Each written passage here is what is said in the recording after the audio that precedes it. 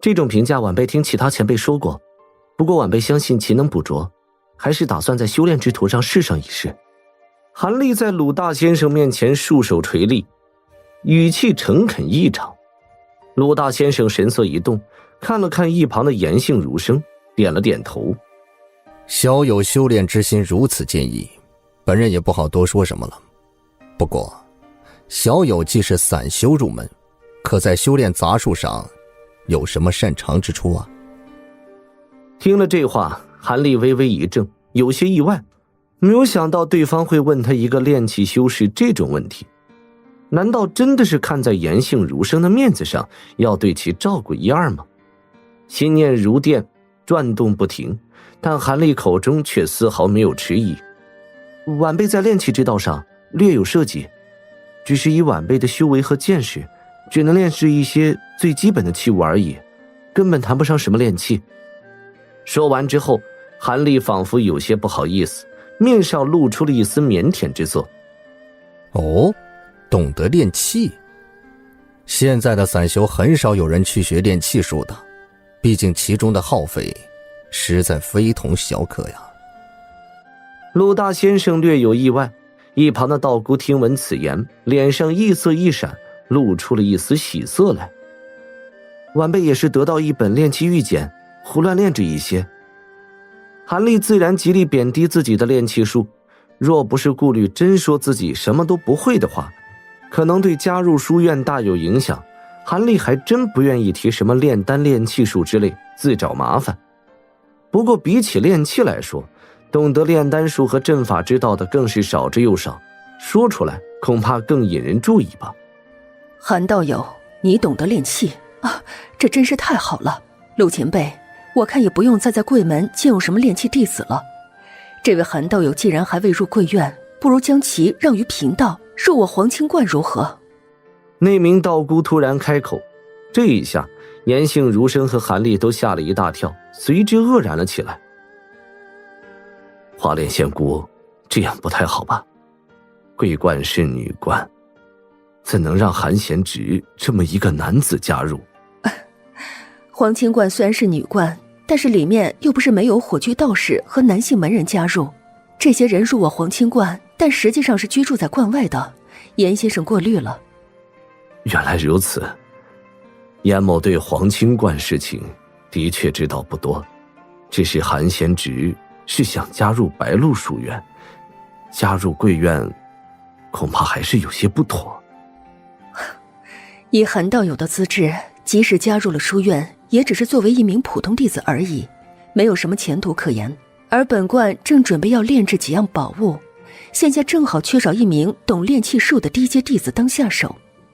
只要韩道友愿意加入本观，不但可在炼气术上更进一层，甚至贫道也可做主，对其在修炼上可多加照顾一二。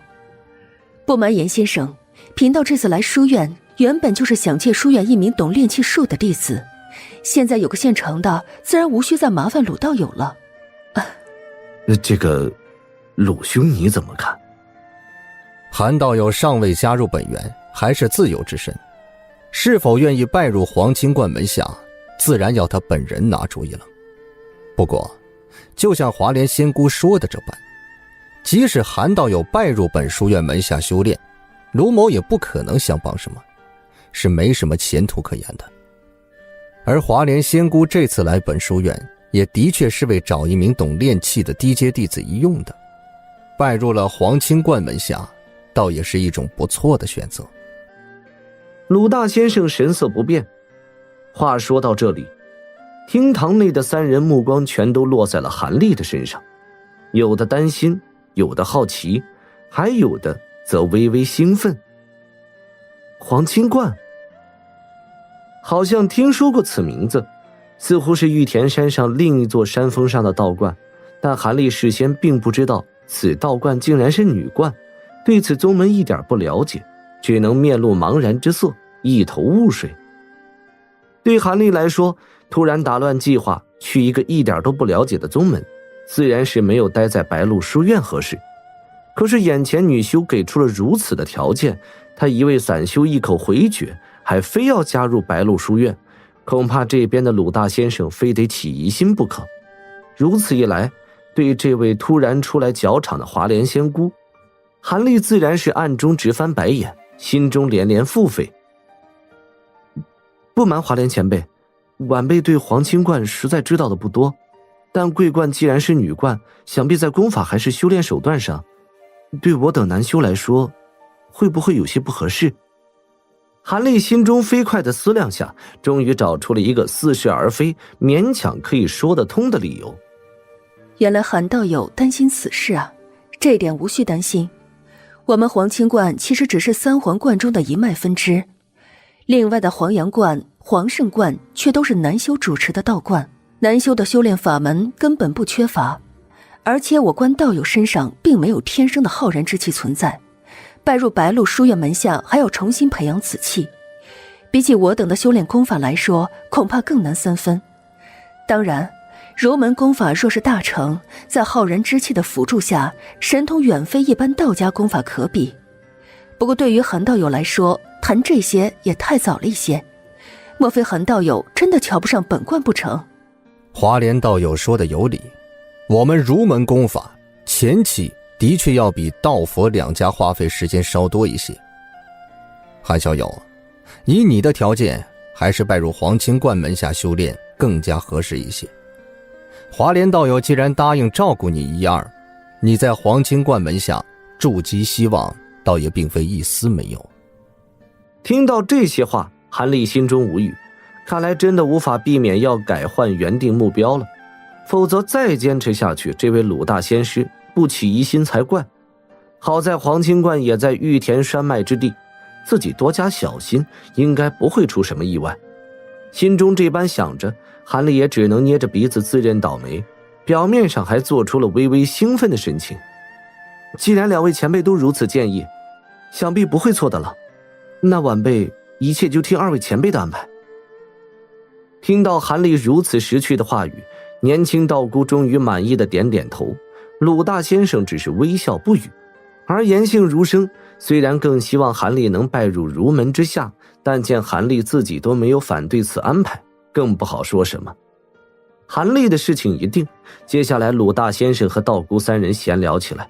不过他们所聊的内容竟不是修仙界的奇闻异事，而是当今大晋朝政上的一些得失利弊，这让韩立听了一阵纳闷。儒门也就算了，毕竟他们宗旨本就讲究入世，议论朝政并不奇怪，可这位黄清观的出家道姑竟也同样不卑不亢议论这些事情，实在是让韩立一阵的诧异。难道黄清观和儒门一般，也是入世的修仙宗门？韩立不禁如此的思量起来。三人在厅堂内交谈甚欢，但是过了一会儿后，门外传来了脚步声，接着一声有些稚嫩的话语从门外传来：启禀师祖，弟子已将遵命将库房的紫金铜带来了。哦，既然如此，就将东西送上来吧。紫金铜，韩立心中一动，这东西可是炼制顶阶法器，甚至法宝上佳材料，对他来说也许不算什么好东西，但是对眼前的二人来说，绝对是珍稀难得之物。正思量间，屋门被推开，一个11、12岁的白嫩童子手捧着一个大红托盘走了进来，托盘上盖着一层银色锦缎，鼓鼓囊囊，似乎盛满了什么东西。恭敬地将托盘往华莲仙姑和鲁大先生之间的桌子上一放，童子就立刻后退几步，束手而立。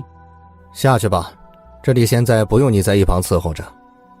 鲁大先生看了童子一眼，不动声色地吩咐，那童子立刻答应一声，深施一礼，倒退出了屋子。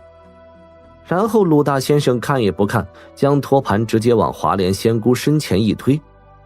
华莲道友，这就是你相借的紫金铜，请收好了。桂冠这次四处搜寻材料，看来真打算炼制一件重要的宝物了。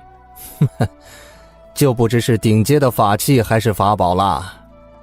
炼器的事情晚辈也不甚清楚，晚辈只是奉四师叔之命行事，前辈若想知道些详情，不妨直接向四师姑问下，想必会如实相告的。哈哈，不用多此一举，老夫也是随口一问罢了。鲁大先生一听这四师姑之名，脸色微变了一下，随即打了个哈哈应付过去。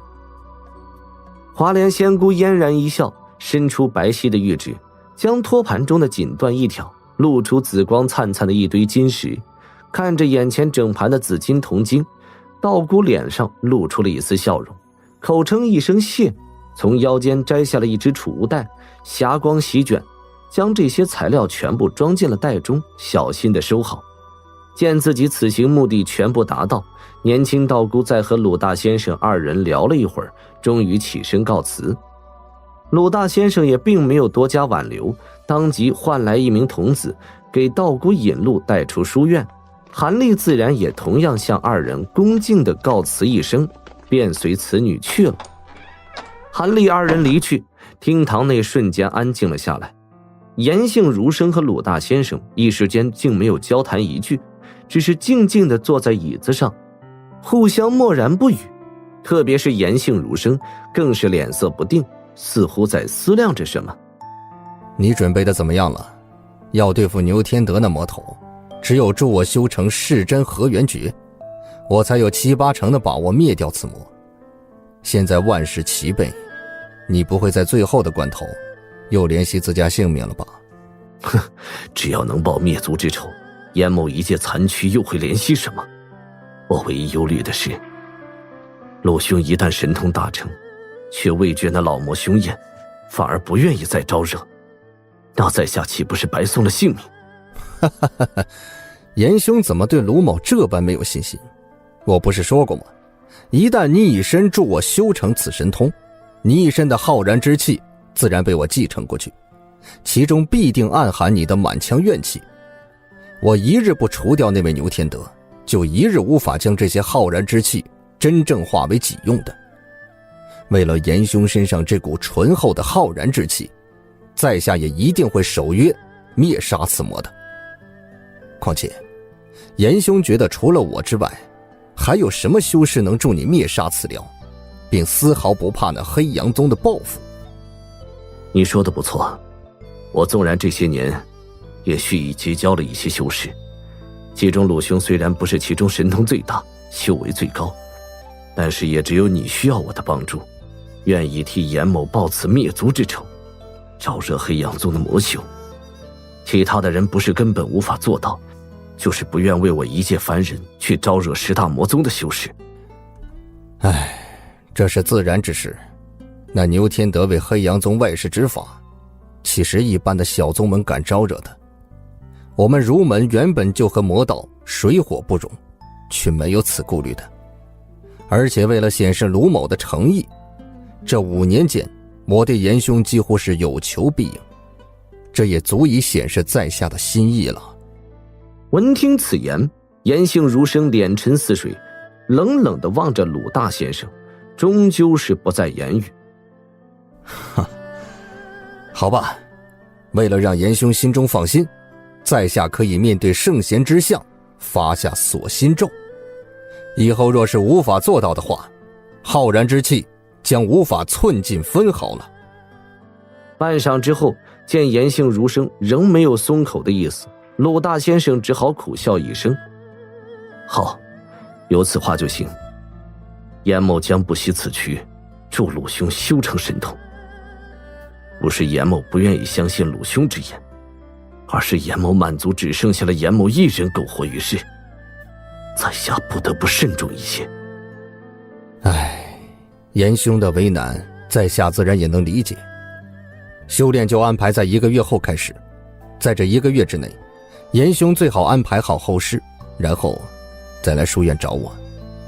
严姓儒生点了点头，屋内再次陷入了沉寂之中。